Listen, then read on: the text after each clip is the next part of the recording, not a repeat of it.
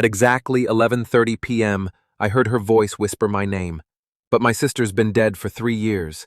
And last night, she left me a note saying, "It's not me."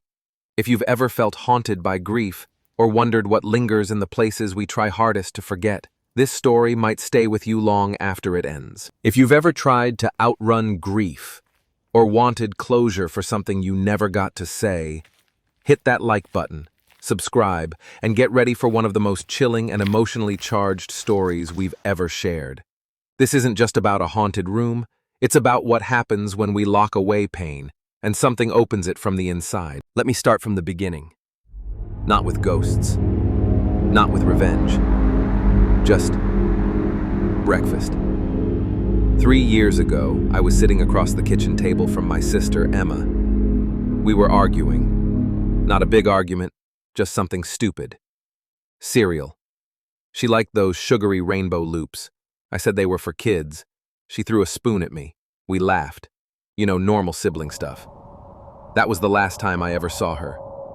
That afternoon, a truck ran a red light. Her little blue car folded like paper. Instant, no last words, no hospital scenes, just gone. 17 years old. After the funeral, everything in our house changed. Her bedroom, still upstairs, remains exactly how she left it. The posters, her guitar, her notebooks filled with sketches and dreams, untouched. My mom couldn't handle packing anything. Eventually, she locked the door, shoved the key in a box, and hid it in the attic. That was the last time any of us went upstairs. No one said it out loud, but we acted like the second floor didn't exist anymore. My parents moved their bedroom to the ground floor. I stayed mostly in the basement. We all just avoided it. At first, I hated that. It felt like we were pretending she never existed. Like we weren't haunted by her memory, we were just hiding from it. But maybe we should have kept hiding. Because 2 weeks ago, something started happening. It was a rainy Thursday night, late, like almost midnight.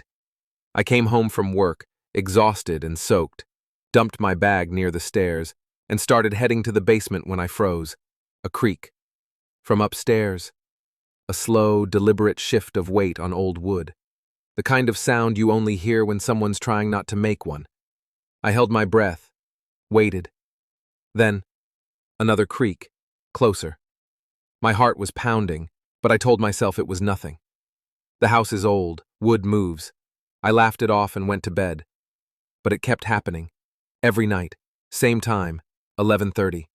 Footsteps, sometimes soft tapping, like fingers on a wall. Once, I swear I heard something roll across the floor. Emma's desk chair had wheels. I remembered the sound from when she'd spin around while talking on the phone. Then, it got worse. 3 nights ago, I was half asleep when I heard it. A voice. Muffled. Soft. But I knew it instantly. Liam? My name. Said exactly the way she used to say it. Tired. Slightly annoyed. Like when she'd wake me up to ask if I'd eaten the last Pop-Tart. I sat up. Every nerve in my body lit like wire. That wasn't the house settling.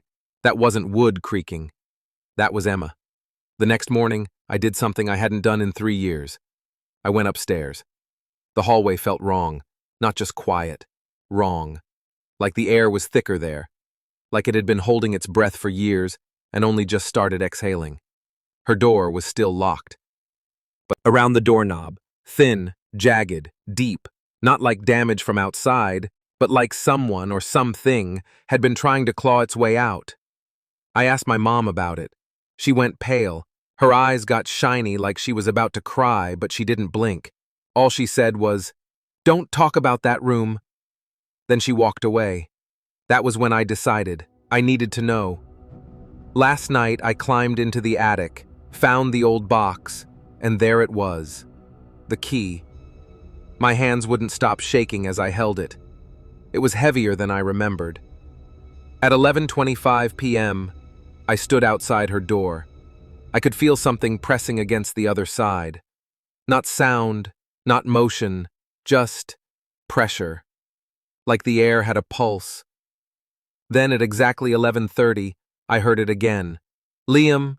This time the voice was right behind the door, clear, soft, familiar, So real I could almost see her face.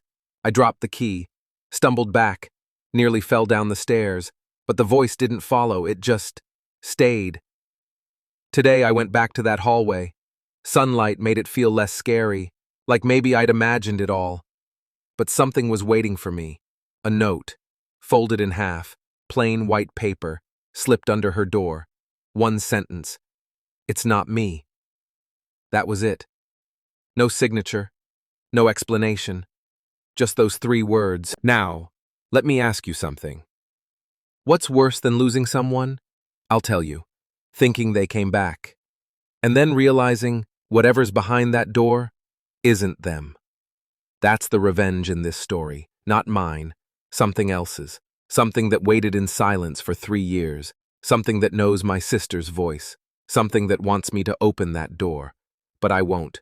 Because whatever's behind it wants to be let out. Sometimes, the most haunting part of grief is the part of us that refuses to let go. But some doors stay locked for a reason, and not everything that wears a familiar voice has good intentions. If this story gave you chills, smash that like button and hit subscribe. And tell us in the comments, what would you do if someone you loved knocked from the other side? We've got more true stories coming that will make you question everything you think you know about justice, closure, and the things we leave behind. Until next time, lock your doors, especially the ones you don't remember opening.